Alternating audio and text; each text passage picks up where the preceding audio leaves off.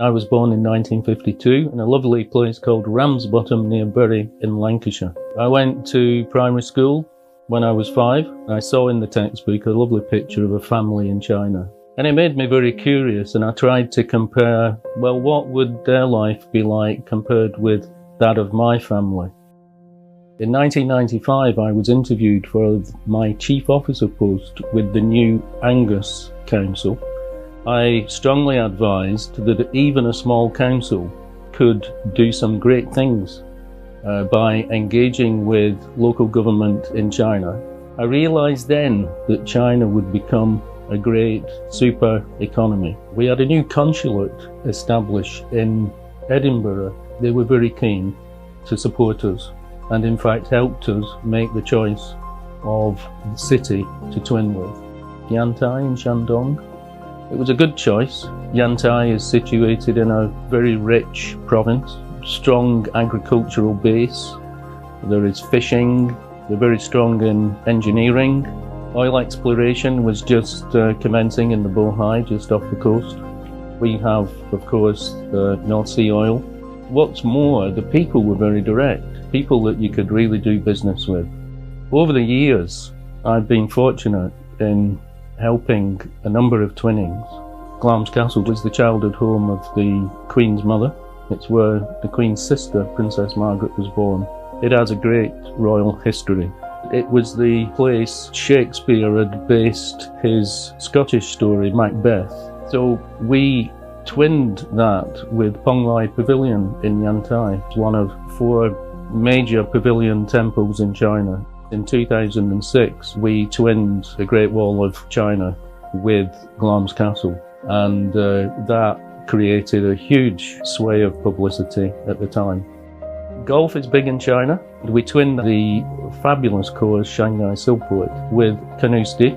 Over the years, that link between Yantai and Shanghai Silkport and Canusti helped us to bring hundreds of golfers here and to promote Canusti all over China.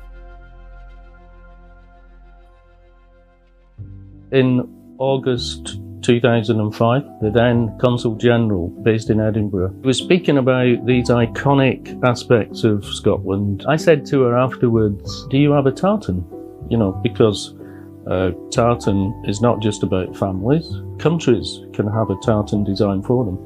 And she said, no, I don't think we do. So Strathmore Woolens, a local company, produced 4 designs. The one she chose is this. This is the Chinese Scottish tartan. You can see the blue and white of the saltire, and you can see the red and yellow from the Chinese flag. And then the green, that is symbolic of the long-lasting relationship between Kunming and the Royal Botanical Gardens in Edinburgh, and it represents the harmony between our 2 people.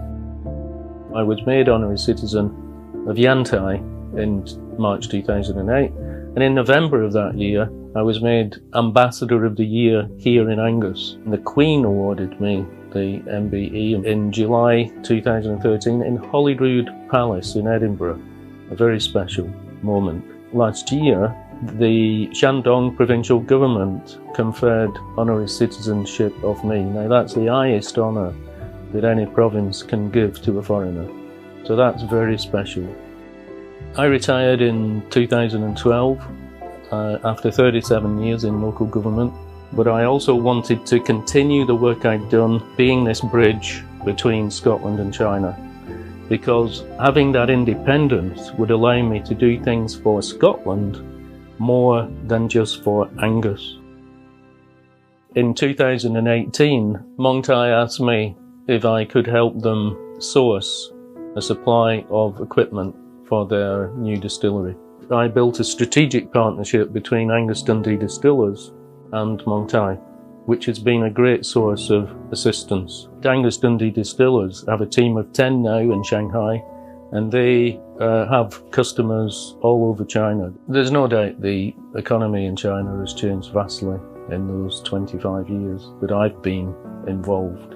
I think the biggest change that's happened is the growth in the middle classes. The fact that China has taken so many hundreds of millions out of poverty. So there's a great opportunity for our companies here, not just to import from China, but to supply food, drink and other products that we manufacture here.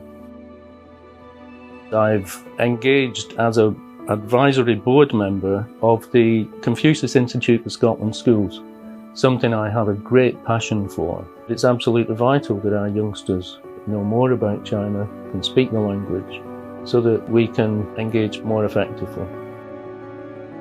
Scottish culture has so much going for it, and Chinese are very much aware of Scotland's contribution to the world of science and engineering and so on. You know, if I go back to when I was a kid, thinking about what it was like growing up in China, and now seeing the huge improvements in people's life. I've visited so many different places and made so many friends. What gives me the greatest feeling of success is seeing people develop. It's a very human experience, one that gives me a lot of self-satisfaction, as I thoroughly enjoy every moment of my engagement with China.